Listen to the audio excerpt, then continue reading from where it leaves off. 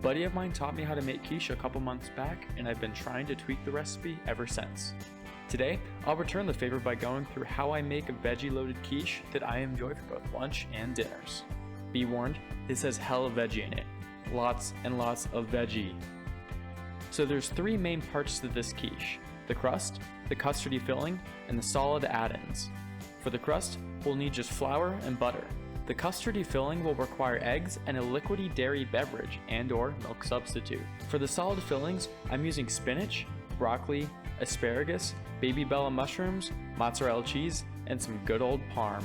Before we start out, let me just state that I'm always learning new things. In addition to guiding people through the cooking process, I also created this channel to help me learn more about cooking and how to do things better. So even though I've spent the past few months practicing this recipe, I still encountered some lessons learned during my first attempt at filming this video. So be ready for some extra learning and some fun cooking tips. With that said, let's get back to the quiche. First things first, the crust. To make the quiche shell, we'll need about 200 grams or about 1.5 cups of all-purpose flour and a stick of room temperature softened butter.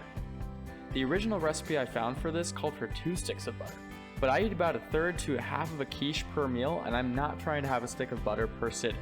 So feel free to modify the butter quantity at your discretion. To make the dough, we'll start off by breaking apart the butter and tossing it amongst the flour. Mix everything together via hand and squeeze so that the butter gets incorporated into said flour.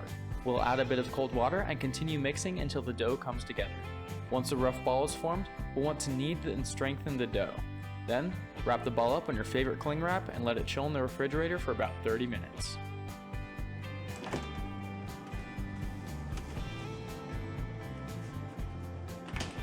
You can use this time efficiently by preparing your vegetables and custardy filling.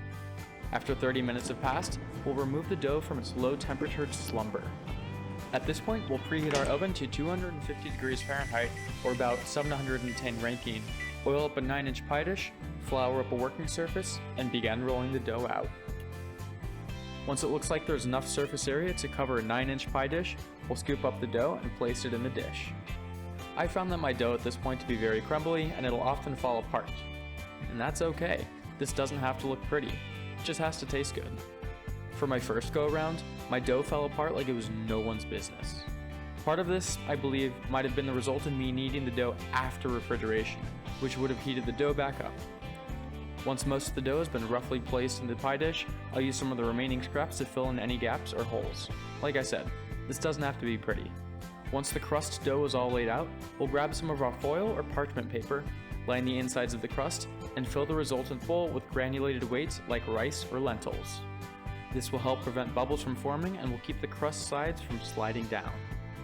We'll then pre-bake the crust for about 20 minutes.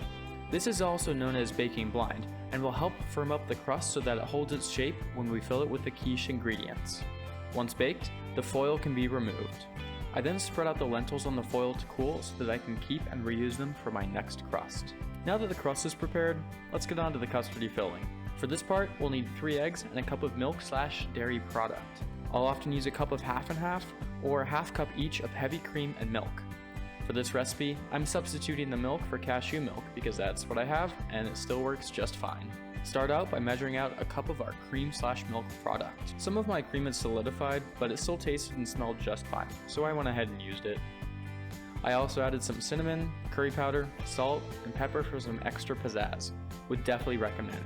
We'll then crack 3 eggs into a bowl, whisk together, and then mix with our milk mixture. Next, we're on to the solid filling. We'll start out by washing off our veggies and fungi. I then slice up my shroomies. Off go the dried stem tips, cut in half, and slice. Easy peasy. For the asparagus, I'll also cut off the tougher, woody ends. Then, slice those boys up into bite-sized pieces. So I goofed on the first filming with the broccoli in both my quantity and cutting style. In this first run through, I had a lot of broccoli and thought I wanted my florets chopped into smaller bits. Plot twist, too much and too fine. For my second go around, I used less broccoli and cut them into slightly larger chunks. Now, it's onto the stove. Over medium heat, we'll oil up a large pan and saute the spinach until sufficiently wilted. This should take roughly 2 to 3 minutes. Re-oil the pan and toss in the mushrooms. Cook time will depend on how you like your shroomies. I like mine really reduced and meaty, so I'll go about 7 to 10 minutes before adding in the asparagus. Then comes the broccoli. See how my first version has disproportionately large quantities of broccoli? The second one is much better. I'll cook these down for an additional 7 minutes. Now's the time that we bring it all together. First, increase or preheat your oven to 375 degrees Fahrenheit. Then, into the pie crust goes the spinach. Add a few handfuls of mozzarella, toss in the rest of the veggies, cover with some parm, and then drizzle in the liquid filling to fill in the gaps. I then adjust everything with a fork and call it a done deal. Now it's into the oven. After about 40 minutes, I like to check the consistency of the insides by inserting a knife.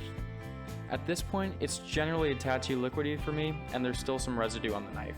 Baking for just an additional 5 minutes for a total of 45 minutes generally does the trick. And just like that, we have our quiche. Look at that fine specimen. Just browned surface, golden crust, veggies poking through the surface as if saying, "Hello there, what a mighty fine day for a quiche." I couldn't agree more. Let's plate this bad boy up. Loaded with veggies and looking mighty scrumptious. The crust looks a little wonky, but it holds together just fine and serves its purpose well.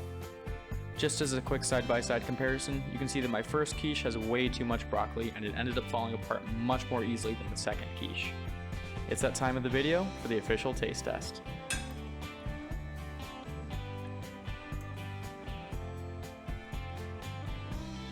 And that's a super yummy wummy quiche. Thumbs up from me.